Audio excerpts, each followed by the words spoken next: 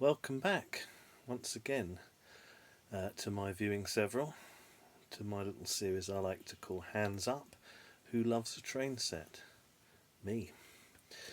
So I've done some double O. What have I done so far? I've done some double O, I've done some HO, I've done some N gauge. So I'm going to look at some TT gauge now. So I'm going to start with the original TT gauge, which is Triang TT gauge from the 1950s, which is something like 1 to 100. Now I'm then going to have a look at the modern Hornby TT 120, which is obviously 1 to 120, so slightly smaller TT gauge. And I've got one of those sets, and I've also got the new little set on order, which is due out in the autumn, because obviously I love a train set, couldn't resist it. So this is the original Triang TT, which stood for tabletop, and you can see here the wonderful 1950s, the dad with his pipe and suit, and the kid also wearing a suit complete with tie. I'm not sure if any of these people really existed in the 1950s, and possibly not. Triang's customers were much different from the original Hornby 00 customers. Were very well to do. It's a very expensive system. So they would have had the old-fashioned schoolboys and dads with pipes and suits. I don't know whether this was aimed at these people. I really don't know. I wasn't around in the 1950s. But it's a nice, piece of nostalgia. So I'm going to have a look what's inside the box.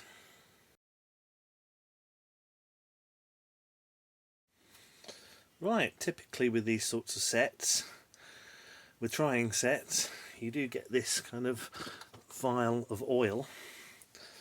I haven't really looked at that, but I have set this set up, and I have got quite a collection of TT, so I may, for the Brucie Bonus today, I might run some of the other stock and Locos once I get this track set up.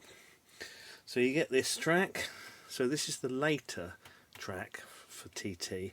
There was an earlier one which had a moulded track base, a bit like modern tracks with track base, but I don't know how much of that stuff is still. I think the plastic it was made out of was possibly a little bit crumbly. You do get this, which is a decoupler, which is nice, and they do work pretty well.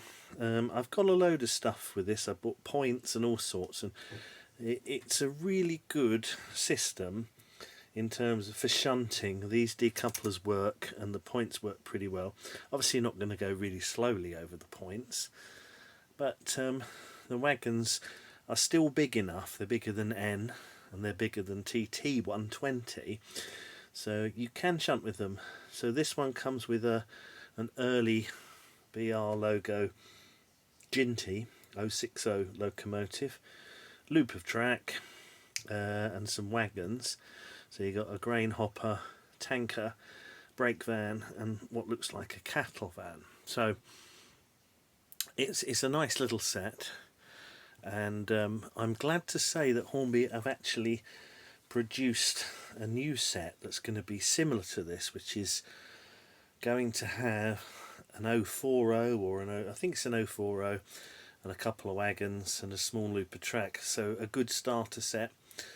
So but this goes back to, as I say, the 1950s, and it's a really nice set. So I'm going to set it up and let's get the train on the tracks.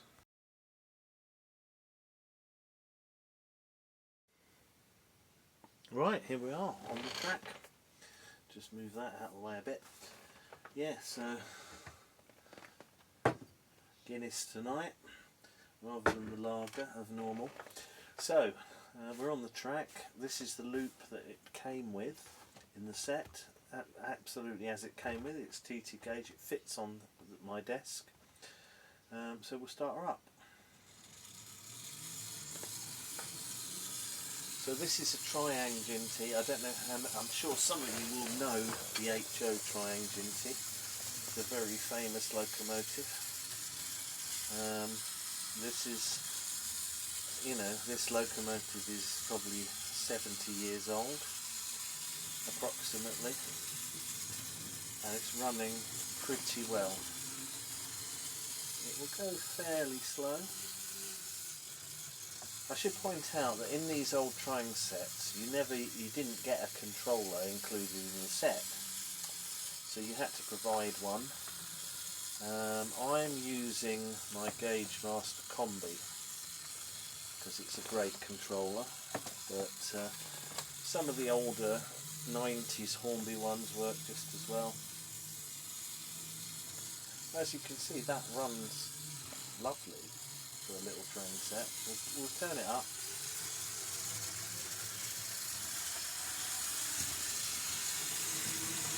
That's full tilt.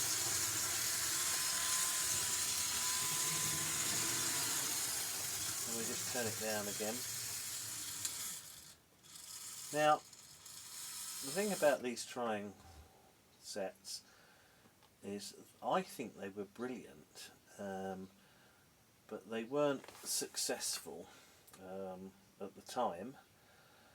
You can pick up some of these. You can pick up these things quite cheaply now.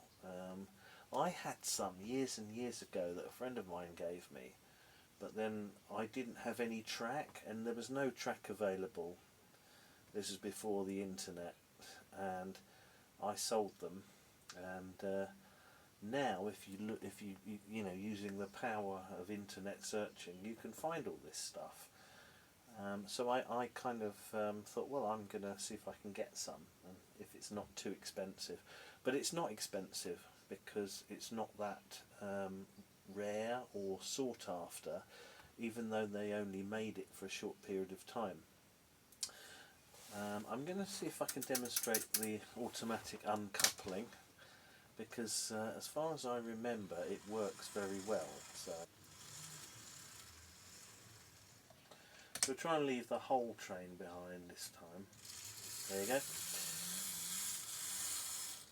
Works very well.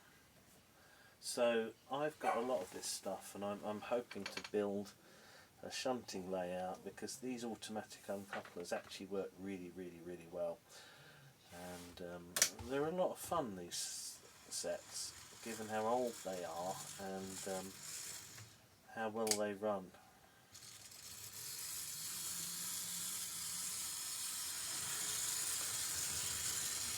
So yeah, you won't get super slow running, but for a set that's 70 plus years old, I really like this. So what I'm going to do now is we'll finish this chapter, and for your Brucie bonus this episode, I think I'm going to see if I can get some of my other Locos out and see if they run, because I bought a load of them and I haven't even tried them yet because I just haven't had time. I can only set up one train set at a time, which I do and I play with. And I should also say that I did have a lot of problems with my eyesight, and it turned out I had cataracts, and so I stopped everything for ages, and now I've had them fixed, I can see again. So I've got all this stuff out, hence making all the videos now, because I can actually see, so that's good. So there we go. Right, let's see if we can, for your Brucie bonus, run a few other Locos.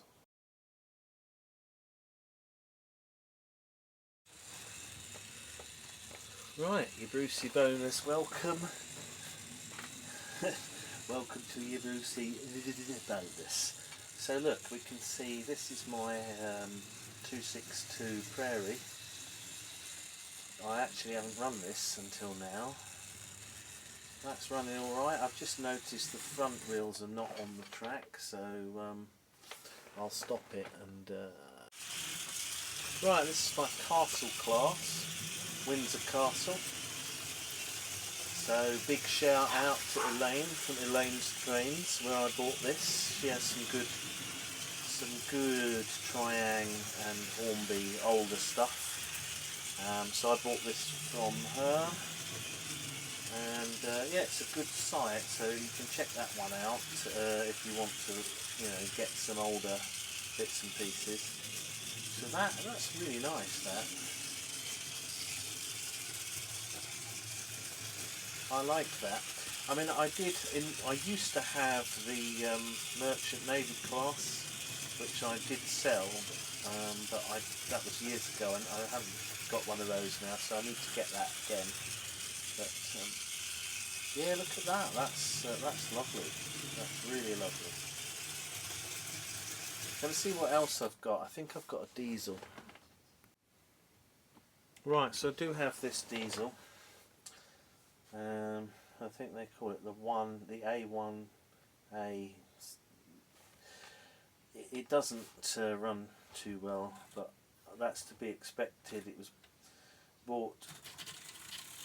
I haven't had a chance to service it yet, so I'll get that working. So I'm going to put the Castle class back on with these suburban coaches. Well, I'm just running my Castle class with a couple of suburban coaches now to finish off.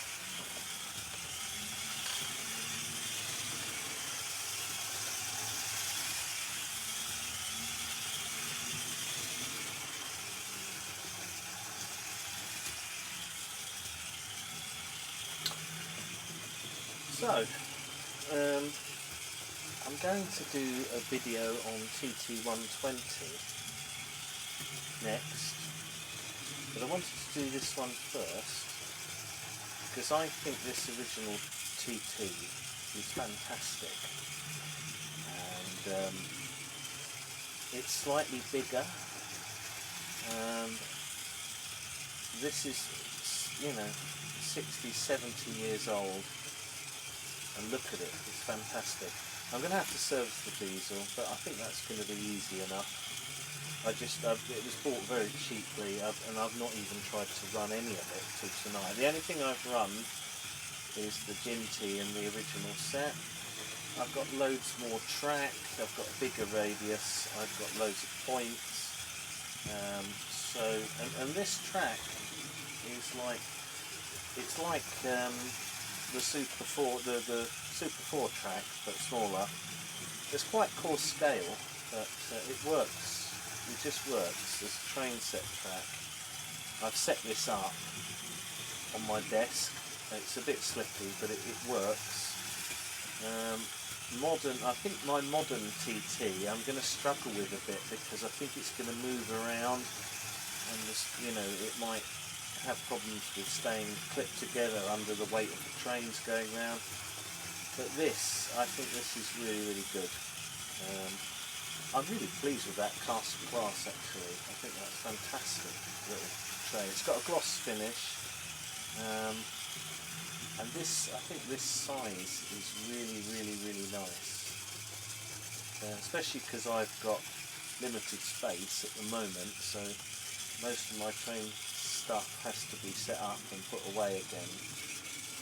And I like N-gauge, but to be honest with you, I think N-gauge is a little bit small. You can see it running round, and after a few laps you just go at this sort of size, which is why I like the bigger scales. So for me, this scale is absolutely brilliant. I absolutely love Triang TT, and I've got most of the stuff. You can buy it so cheap, and they're in the boxes and everything. It's just brilliant. So I highly recommend it, and it's much cheaper than the new TT120. Is it better? Probably not. I bought a TT120 set with the Bluetooth.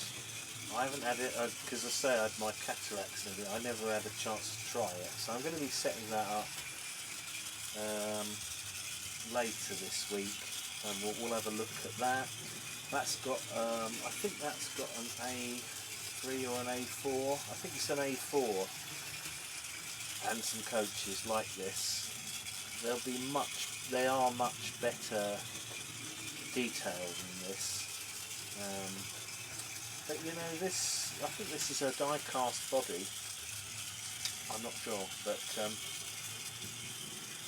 yeah, and what's not to love about this? I don't know.